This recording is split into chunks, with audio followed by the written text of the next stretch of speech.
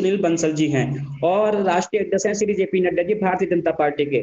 तो जो सरल ऐप यूज करता है और उसे अपडेट करता है तो डायरेक्टली हमारे राष्ट्रीय अध्यक्ष जी भारतीय जनता पार्टी के डायरेक्ट आप तक पहुंचेंगे, ऐसा पार्टी ने विश्वास दिलाया है। 170 कॉल हमारे अभी भारत के अंदर राष्ट्रीय अध्यक्ष जी की, जेपी नड्डा जी की, जो सरल ऐप यूज करते हैं उसके पास पहुंच चुकी हैं।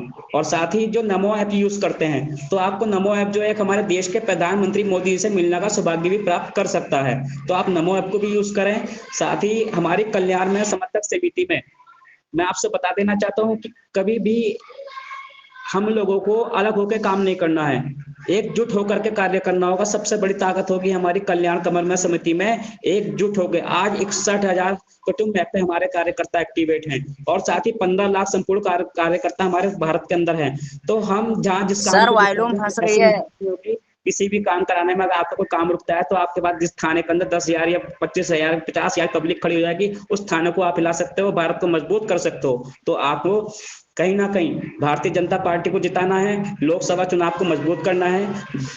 मुश्किल से 3 महीने चुनाव में है हमारे, जो बात है 3 महीने में चुनाव हो जाएंगे।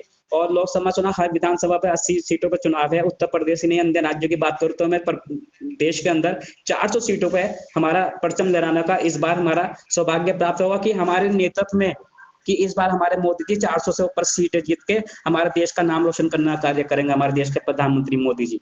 तो कहीं ना कहीं आपसे बस मैं इतना ही समय कह के अपनी बात खत्म करना चाहूंगा।